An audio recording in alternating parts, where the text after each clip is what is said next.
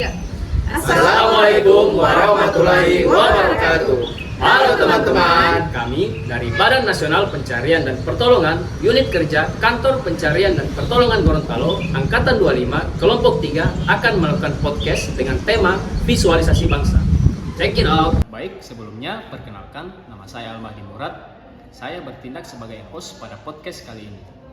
Selanjutnya, mari kita berkenalan dengan narasumber hari ini. Baik, selamat siang moderator. Nama saya Alrido Trifadila Gusasi, biasa dipanggil Rido. Baik, selanjutnya perkenalkan, nama saya Asmaul Fitra, biasa dipanggil Fitra. Oke, selamat siang moderator. Hai, perkenalkan nama saya Eka Zara Melia, biasa dipanggil Eka. Selamat siang moderator, perkenalkan nama saya Alia Faradinda, biasa dipanggil Alia. Jadi, ngomong-ngomong soal visualisasi bangsa, menurut dari teman-teman, visualisasi bangsa itu apa sih? Mulai dari kalian dulu. Kalau dari saya, visualisasi bangsa diambil dari kata visual, yaitu penggambaran bagaimana kita menggambarkan bangsa itu mulai dari kehangatan kita sebagai orang-orangnya, kemudian suku dan juga keberagaman budayanya. Kalau menurut saya, visualisasi bangsa yaitu cara bangsa untuk membuat identitasnya terlihat sedang menumbuhkan rasa persatuan dan kebanggaan terhadap bangsa Indonesia. Oke, kalau menurut saya sepakat dengan pernyataannya Kak Eka tadi, yang dimana dikatakan visualisasi bangsa itu dimana kita akan membuat bangsa kita menaikkan identitas mereka. Nah, intinya kita sebagai pemuda bangsa Indonesia, kita juga berperan aktif dalam menaikkan citra bangsa kita. Menurut saya visualisasi itu penggambaran atau representasi bangsa kita, seperti keindahan alam, keberagaman adat istiadat, suku dan budaya yang seharusnya itu wajib kita lestarikan terus menerus, dan melestarikan hal tersebut adalah bentuk dari cinta tanah air. Saya tangkap dari jawaban teman-teman, visualisasi bangsa itu cara kita menggambarkan atau menunjukkan jati diri suatu bangsa, seperti melestarikan keberagaman suatu budaya yang merujuk pada cinta tanah air. Nah, ngomong-ngomong soal cinta tanah air nih, menurut teman-teman semua, cinta tanah air itu, cara kita menunjukkan sikap cinta tanah air itu seperti apa sih? Mulai dari Kak Ridho.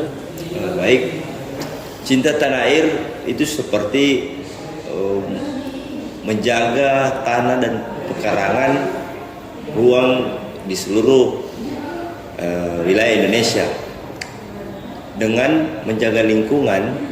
Salah satu contoh kecilnya, tidak membuang sampah sembarangan. Itu sudah bentuk cinta kita terhadap tanah air. Kenapa? Dengan menjaga kebiasaan tidak membuang sampah sembarangan, itu bisa menghindari kita adanya pencemaran lingkungan. Ketika lingkungan tercemar dengan sampah, pasti bau dari sampah yang menumpuk itu bisa mengganggu kenyamanan kita, dan ujung-ujungnya itu akan menimbulkan penyakit. Selanjutnya, rasa bangga terhadap bangsa. Sifat bangga, rasa bangga terhadap bangsa kita sendiri. Kenapa kita harus bangga terhadap negara kita sendiri? Karena negara Indonesia itu dikenal dengan keanekaragaman budaya, adat istiadat, dan keindahan alam yang kita miliki. Dan semua itu harus kita jaga, kita lestarikan biar dapat kita temui di masa yang akan datang. Seperti itu mungkin. Kalau menurut Kak Fitra gimana? Kalau menurut saya, dalam bagian saya itu yaitu rela berkorban. Kenapa rela berkorban? Dan rela berkorban itu memiliki beberapa aspek, yaitu rela berkorban dalam hal tenaga, pikiran, waktu maupun nyawa untuk bangsa dan negara kita. Oke, seperti itu dari saya. Di sini menurut saya cinta terhadap tanah air yaitu contohnya menggunakan produk lokal, yaitu bentuk nyata dari cinta terhadap tanah air dan bangga terhadap bangsa Indonesia. Rasa cinta tanah air tidak hanya dengan cara menyanyikan lagu daerah, bisa jadi dengan kegiatan kita sehari-hari seperti mengikuti kegiatan-kegiatan membuat karya tentang batik, lalu mempromosikan hasil-hasil tani. Mungkin itu saja. Oke. Kalau dari kalian? Kalau dari saya, cara kita untuk menunjukkan cinta tanah air salah satunya adalah berkontribusi terhadap kemajuan negara. Sebenarnya ada beberapa aspek, salah satunya seperti bagaimana kita sebagai warga negara untuk bisa teratur membayar pajak setiap tahunnya ya.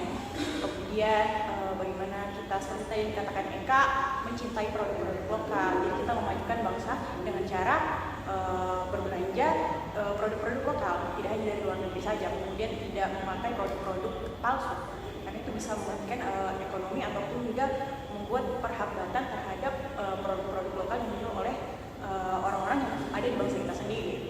Nah, mungkin itu saja dari saya. Jadi jawaban dari kakak-kakak semua ini beragam ya, mulai dari Kak Rido misalnya mencintai tanah air itu ditunjukkan dalam bentuk tidak membuang sampah sembarangan. Dari Kak Fitra seperti rela berkorban ya. Kalau dari Kak Eka seperti mencintai produk lokal, misalnya membeli atau memakai produk lokal itu sendiri. Kalau dari Kak Alia sendiri itu membayar pajak ya. Ya. Demikian podcast kita pada hari ini. Kami kelompok 3 pamit undur diri. We are family. Afikna Jagat Samara. Wassalamualaikum warahmatullahi wabarakatuh.